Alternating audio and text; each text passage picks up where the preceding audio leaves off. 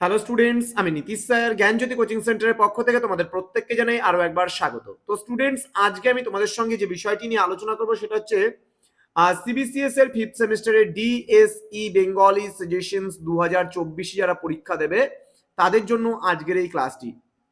তো যারা এখনো পর্যন্ত আমাদের অফিসিয়াল ইউটিউব চ্যানেলটিকে সাবস্ক্রাইব করনি তারা অবশ্যই চ্যানেলটিকে সাবস্ক্রাইব করে পাশে থাকা বেল আইকন অল প্রেস করে দাও, যাতে নেক্সট টাইম থেকে কোনো ভিডিও আপলোড করলে তার নোটিফিকেশন তুমি সবার আগে পেতে পারো।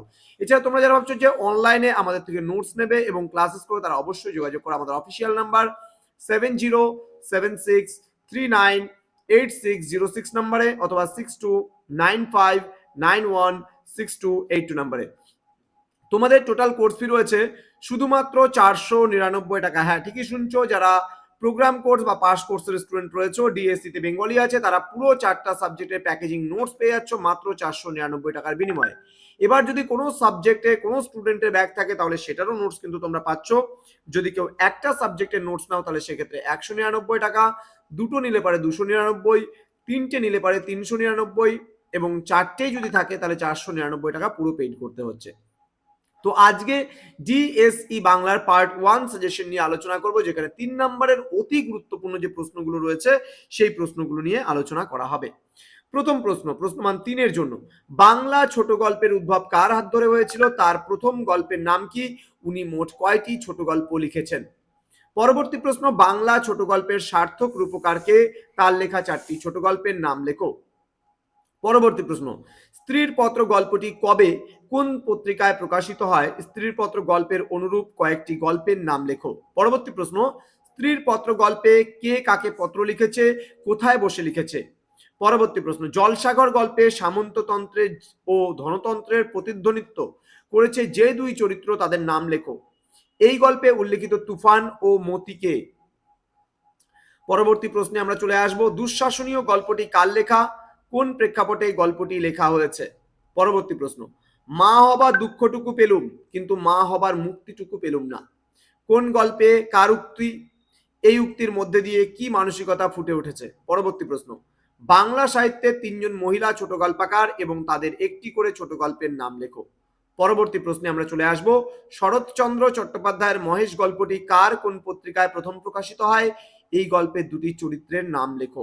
পরবর্তী প্রশ্ন, পরশুরামের তৃতীয় দুধসভা গল্পটি কোন ধরনের গল্প, এটি তার কোন গল্পগ্রন্থের অন্তর্গত। পরবর্তী প্রশ্নে, বোনকে কাপড় দিয়ে বউ এর সঙ্গে মশকরা, জমের অরুচি, লক্ষ্মী ছাড়া গল্পের নাম ও প্রসঙ্গ উল্লেখ করো। পরবর্তী প্রশ্ন, স্ত্রীর পত্র গল্পের স্ত্রীর নাম কি, গল্পে তার বিবাহিত জীবনের কত বছরের উল্লেখ রয়েছে, সে বাড়ির কত নাম্বার বউ ছিল। পরবর্তী প্রশ্ন, মহেশ গল্পে বর্ণিত জমিদারের নাম কি, তিনি কেমন প্রকৃতির মানুষ ছিলেন। পরবর্তী প্রশ্ন, জলসাগর গল্প অনুসারে রায়বাড়িতে কয়টি আস্তাবল ছিল, সেখানে যে ঘোড়াটি ছিল তার নাম কি এবং কত তার বয়স ছিল। পরবর্তী প্রশ্ন, বস্তার মুখটা দড়ি জড়িয়ে এটে বেঁধে পুকুরের জলের নিচে পাকে গিয়ে শুয়ে রইল, কার কথা বলা হয়েছে, তার স্বামীর নাম কি, সে কেন এমন করলো। পরবর্তী প্রশ্ন, তৃতীয় দুধসভা গল্পটি কোন মূল গ্রন্থ থেকে নেওয়া, গ্রন্থটি কবে প্রকাশিত হয়, এই গল্পে কোন পৌরাণিক বিষয়ের অবতারণা করা হয়েছে। এবং আজকের সর্বশেষ প্রশ্ন, তৃতীয় দুধসভা গল্পটি কার লেখা, লেখকের প্রকৃত নাম কি, এই গল্পের প্রথম ও তৃতীয় দুধসভাতে কার পরাজয় হয়েছিল। তো এই ছিল আজকের পার্ট 1 সাজেশন, এবং এখানে আমি মোস্ট ইম্পর্টেন্ট তোমাদের 3 মার্কসের জন্য 18টা প্রশ্ন নিয়ে আলোচনা করলাম। অবশ্যই প্রশ্নগুলো ভালো করে পড়ো।